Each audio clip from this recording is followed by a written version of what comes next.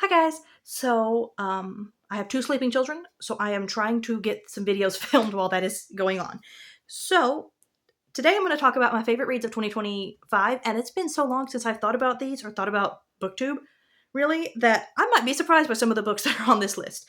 I'm basically just going to go through my Goodreads and talk about my 5 stars of the year that were not rereads. I'll probably mention a few of the rereads, but they're not going to be in the running for my favorite book of the year.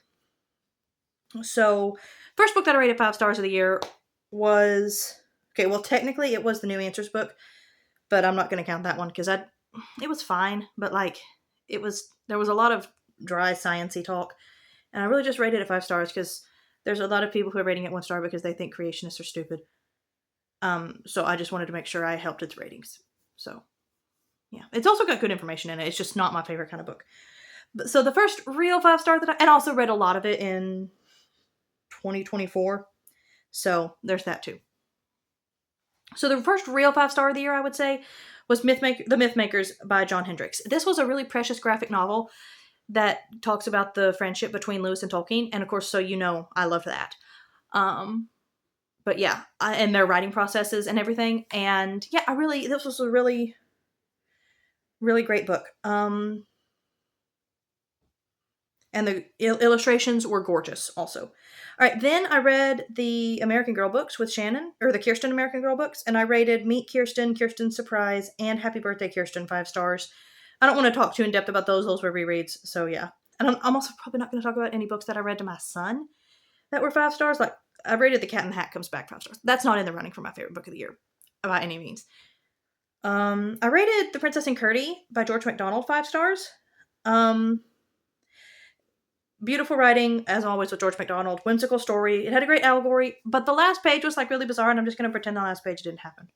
Because the last page said that basically everything that the princess and Curdie did in their lives was basically undone within a couple generations, and I want to pretend that didn't happen. So that didn't happen. All right, next. Okay, this one is in the running for favorite book of the year. These next few are all Dagger's Sleep by Trisha Mingrink. This must be February because I'm reading fairy tale retellings. See. This is Sleeping Beauty retelling. I really love Damon and Rosanna, but mostly Damon. Alex's arc was also great, and I also loved the allegory. This was just I really liked this story. A really unique approach to retelling the story of Sleeping Beauty. It was a combination of like the normal European setting, but like medieval setting, but also like there were Native American elements, which made it a really interesting world. Yes. And let's see, I'm going to skip 2 and go to the next one on the list, which is Never Fall Again by Lynn H. Blackburn. Actually, I'm going to skip a lot of them and come back. There is this one series that I read, and y'all probably know what it is by me saying that. I will talk about that one in a little bit. I'm going to talk about the others that I read first, though. Never Fall Again by Lynn H. Blackburn. This was my favorite suspense book I think that I've ever read. See, my review says, I love how Landry and Cal took things slow, but were still there for each other when it counted. I love both of them as characters too. And Eliza, oh yeah, cute kid story. That is one of my favorite things, and this was even better. It was like big strong man bonding with cute kid, which don't even get me started on that storyline. You know how much I love that. And then the family dynamics and the small town vibes.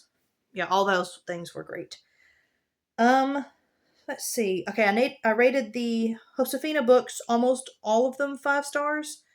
But again, I'd read those when I was a kid, so those technically shouldn't count. Henry V, I rated 5 stars, but again, I read it in college, so it doesn't count. Little Lord Fauntleroy by Frances Hodgson Burnett, I rated 5 stars. I really did like that one. Again, this is that storyline of, it's kind of similar, I think, to Secret Garden. I don't know if it fully counts for Little Princess, but like that storyline of, and also I think it's a storyline of Pollyanna. Don't quote me on that. I haven't actually read or seen Pollyanna. My in-laws and husband just gasped in shock, even though they know that I haven't seen it, but they still are appalled by the fact that I haven't seen it or read it. But that storyline of sweet precious kid comes into people's lives, and also Anna Green Gables has this plot. Sweet precious kid comes into people's lives and softens them and changes them all for the better. That is a good storyline, and Little Lord Fauntleroy had that storyline. I rated A Ranger's Guide to Cliffwood Forest 5 stars. This was just a fun little. That's in the other room. I could go grab it, but I don't really want to get up, so I'll just put a picture.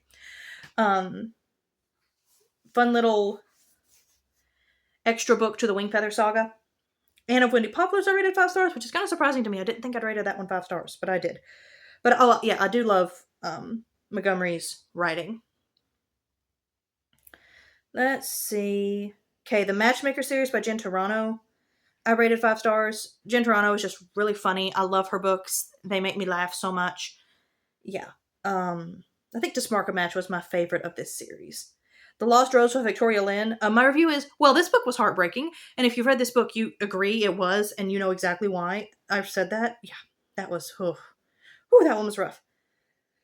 Covenant of the Heart, Odelia's Story by Heidi Schiavaroli. Also 5 stars. Obviously, these are all 5 stars. Why am I specifying this as 5 stars?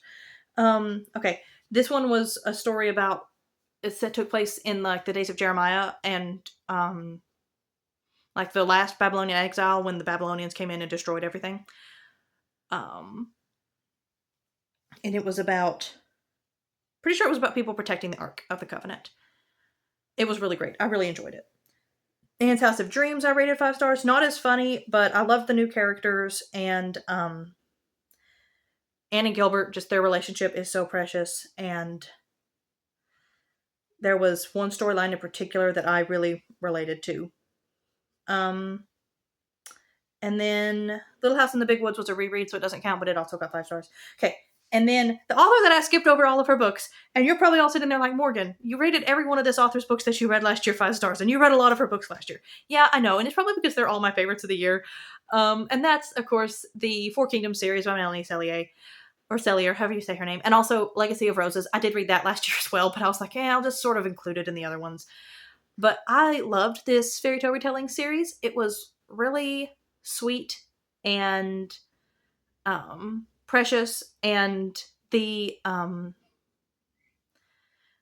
like the allegory that's present in like a couple of them, it's there. It's not fully, it's not hugely obvious, but it is there.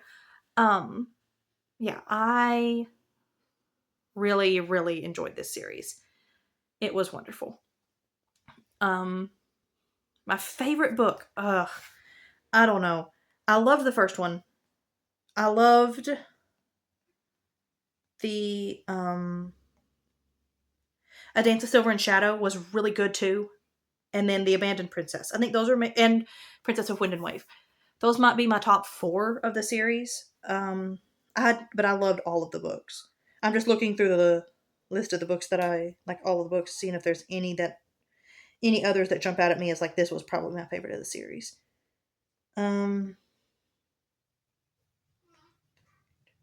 Princess Game was really unique twist on the fairy tale.